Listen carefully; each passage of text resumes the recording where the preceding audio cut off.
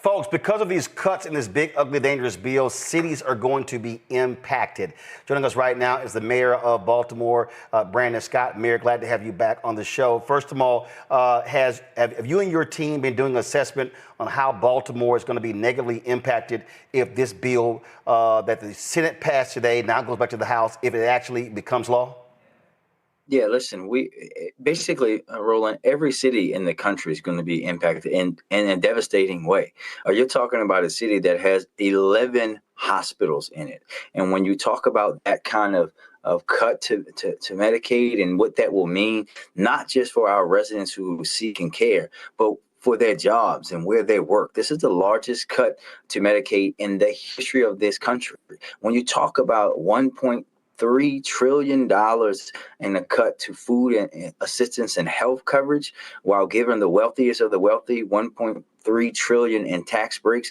You're talking about cutting people's ability off to eat and provide basic needs for their families. It's going to be a devastating thing to cities like Baltimore. And as you just said in your earlier segment, I think people need to understand how deep these cuts are and what's happening here. This isn't about right sizing the budget. This isn't about trimming the fat. This is about things that are going to literally let people die. This is about cutting the basic social service fabric of this country. Programs that have been put in place for decades. Programs, quite frankly, as you said, that benefit his base, the president's base, more than anyone else. And these things are going to be taken away. And that's on top of course, all the other pulling back of grants, pulling back of funding, challenging anything that's not kowtowed to their short, narrow-minded ways of belief. And when you talk about the public safety aspects, right? When you talk about the growth in ICE and how the other agencies are now being pulled into to do this immigration work, you're talking about something that's very dangerous for a group of people who say all the time they want to drive down crime, especially in Democratic cities. You don't see them talking about that right now, because I can speak from my perspective. We have a 50-year low in violence in the city, but having federal law enforcement agents pulled off of their work that they're doing to stop gun trafficking, stop violent drug organizations, to carry out some of these deportations, is also putting people's public safety at risk. If the big hideous bill passes, it also will make it easier for people to get weapons and things that, quite frankly, they shouldn't have. This bill is big, is hideous, and is detrimental to every single fabric of American life. Absolutely. And again, when you start going through this and you start, again, looking at the various things in it, we literally are talking about the social safety net in this country. And it's utterly illogical to sit here and say, oh, yeah, folks who are in the top 1% of the country, they deserve more. And even when you look at the estate tax stuff, when you look at all of this here, then when you talk about even when they love talking about a tax on the capital gains, let's be real clear. There are people who are so rich, they live off of the capital gains because that's money that's not even being taxed. So they have the ability, I need people to listen to what I'm talking about. They have the ability to go to a bank or somewhere else and live off of lines of credit because their capital gains are going to pay that off. And so they can have millions and millions of dollars that they're sitting off of and living a high life for capital gains. And then they say, well, because they're not actually paying, because they're not taking a salary. So when Elon Musk goes, my salary is zero. You can take a zero salary when your company is giving you 400 to 500 million or billions in stock and incentives. You can do that, but a lot of Americans can't, right? And you're talking about this big, hideous bill also increasing energy bills by hundreds of dollars for Americans across the country at the same time, while making it harder for them to eat and provide the things that they need for their family. Forces 1 in 4 nursing homes in this country to close its doors, right? This big, hideous bill, Roland, is unpopular with Republicans and Democrats. This is an attack on American society and democracy, and everyone should be calling it out for what it is. So like you said, people should be showing up hospitals when they close. People should be showing up at nursing homes when they close. People should be showing up when people are standing outside of food pantries and other things and saying this does not and did not have to happen. But people were cowering in fear, especially on the Republican side, in fear, doing something that they knew would hurt the people that they were elected to work for and to protect and to lift up, simply because they're scared of the president and the folks around them. A few more questions, and actually, but I'm gonna say that. Let me go to my panel with him and ask some questions. Randy Brown, you first. First of all, brother, I just want to congratulate you on all that you have accomplished in Baltimore. I was reading today about, the decrease in homicides. What did you say, a 50-year low? 50. That is ever. So This is the congratulations on that. lowest 6 months on record in homicides in the city's history. So what can you do? I mean, when you have something like this happening, what can you do to prepare to protect Baltimore?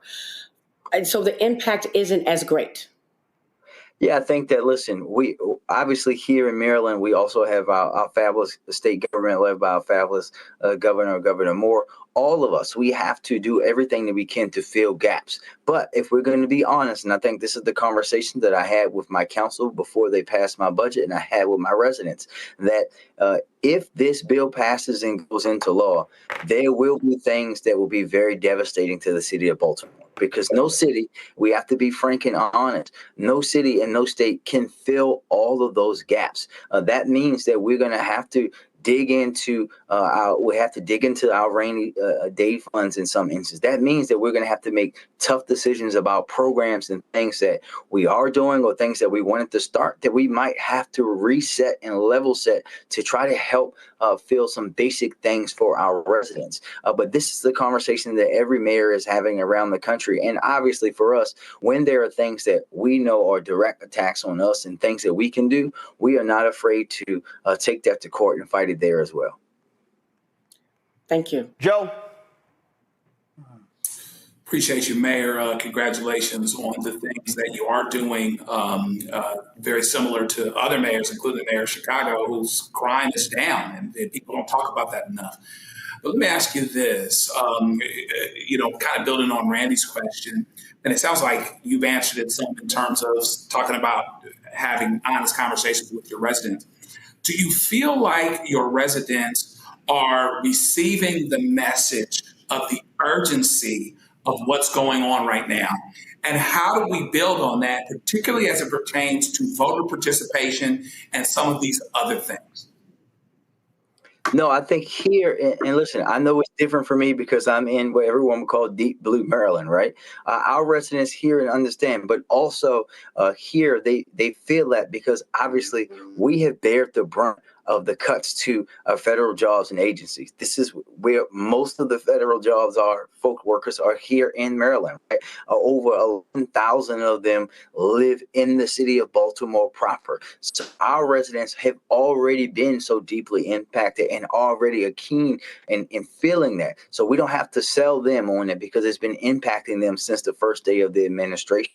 But I think what we have to do a better job of doing is making sure that everybody understands that. And as Roland pointed out earlier, we also need to start challenging folks in those places that did vote for the current president and let them know that, listen, what are they going to do now when the things that they need are cut?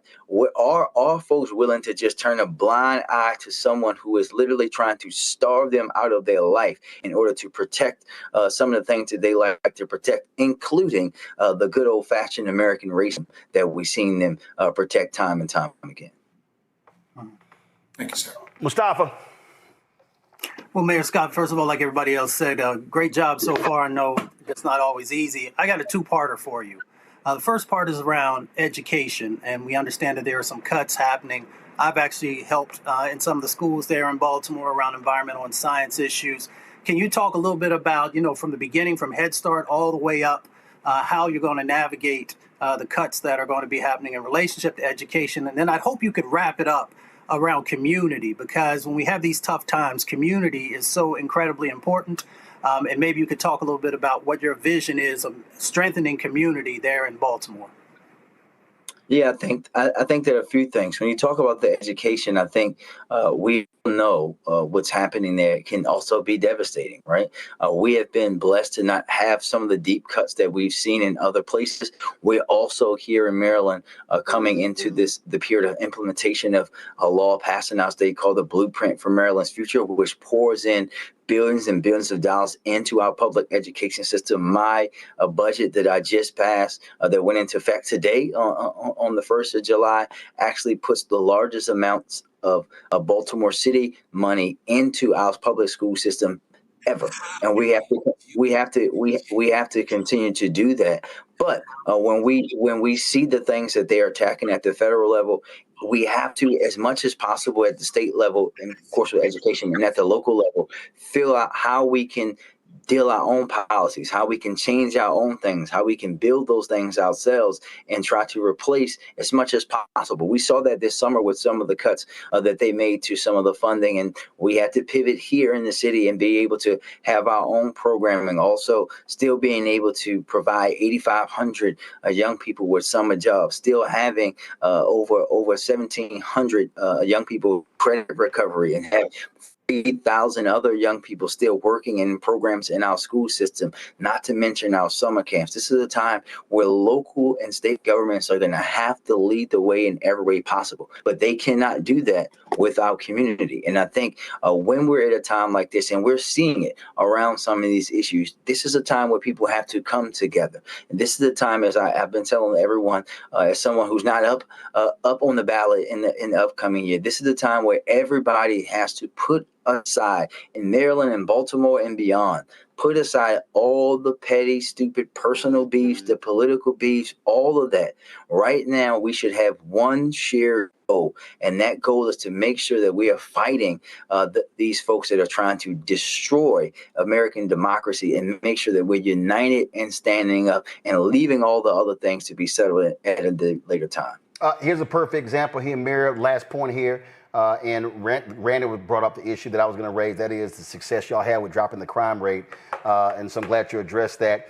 This is the NBC News. Go to my iPad at least. They lay out winners, corporations. The legislation would make permanent trillions of dollars in corporate tax cuts enacted in 2017 during Trump's first term and expand other tax breaks for businesses. The corporate tax rate will permanently lower it from 35 to 21%. Also would extend or increase other tax breaks for businesses like those in new machinery, equipment, and research and development. And then losers, younger generations, will add $3 trillion to the national debt. That's one thing. You're already seeing here that means the U.S. will have to borrow more money.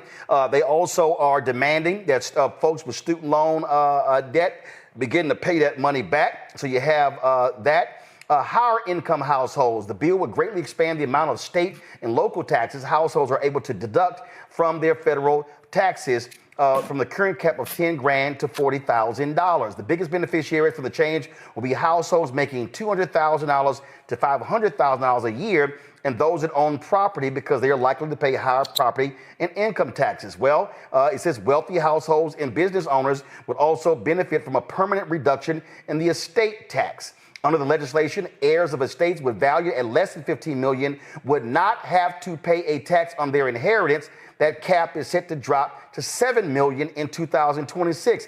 Ain't that many black folks who can qualify for that. Lower income households. What's going to happen? 12 million low income people will lose their health insurance over the next decade by cutting $1 trillion from Medicaid. Steep cuts will hurt the poor and the disabled. It goes on and on. This is real. It says researchers at Georgetown University found that 40% of children in small and rural towns receive their health insurance from Medicaid. You heard Ken Martin say 40% of African Americans get their health care from Medicaid. That means this hurts black people. Mayor? Yeah, listen, we all know this, right, Roland? I think that we know, and this is what I was just saying. This is why it's important that we scream to high holy hell every time and call the these things out for what they are, right? You and I talked about it when they called me the DEI mayor. You and I both know they wanted to call me the nigger mayor, but they didn't have the guts to say so. And now what they're doing is taking this racism, this sexism into policy, right? They want to make it harder for folks like us. But at the same time, this is also about class and wealth.